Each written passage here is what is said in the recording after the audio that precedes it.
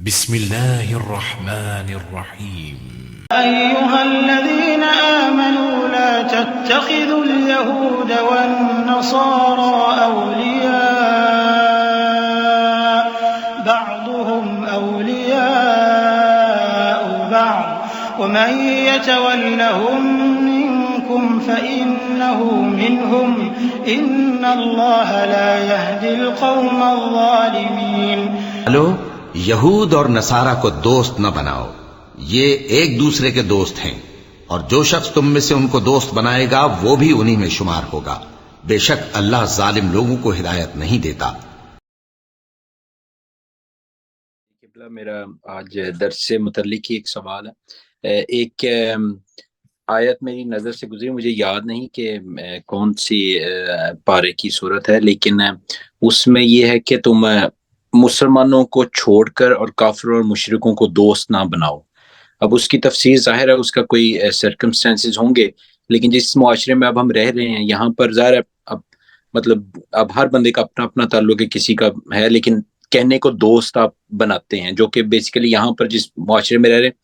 زیادہ یہ منکرین ہیں کہ یہ اللہ کے حقیقت سے انکار کرتے ہیں، مطلب شرک نہیں کرتے لیکن منکرین تو یہ ہیں کہ انکار کرتے ہیں۔ تو ان سے جس طرح تھوڑا بہت رابطہ تعلق دنیاوی طور پہ ہو جاتا ہے، یا بندہ گپ شپ لگا لیتا ہے، یا جس طرح ہاتھ ملا لینا، بیٹھ جانا، چائے کافی پی لینا ان کے ساتھ، اس کے بارے میں جو ہے وہ حکم کیا ہے؟ مطلب جی کفار کی دو قسمیں، ایک وہ کافر جو کہ آپ سے پیار کرتے ہیں، آپ سے محبت کرتے ہیں، آپ کے جو ہے آپ کے ساتھ صلح میں ہیں اور کوئی پلان نہیں کر رہے آپ کے خلاف، کوئی دشمنی نہیں کر رہے، ان سے دوستی کرنا، ان سے بات چیت کرنا، ان سے اٹھنے بیٹھنے میں کوئی حرج۔ لیکن وہ کفار جو کہ سمجھ رہے ہیں کہ آپ کے خلاف پلان کر رہے ہیں، مسلمانوں سے نفرت کرتے ہیں، ان سے بھی آپ اچھا برتاؤ کریں، اچھا سلوک کریں، لیکن یہ ہے کہ ان سے کوئی گہری بات نہ کریں۔ اسلام کے جو عیب ہیں، اسلام کے اندر ظاہری طور پر آپ کو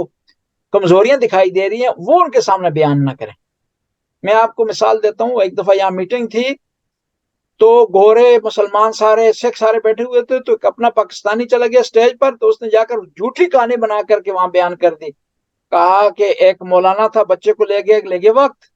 تو لے گئے وقت والے اسے اٹینڈ نہیں کر رہے تھے، تو اس نے بچے کو فوراً کہا کہ لیٹ جاؤ بچہ جی، بے ہوش ہو جاؤ تاکہ تمہیں اٹینڈ کریں۔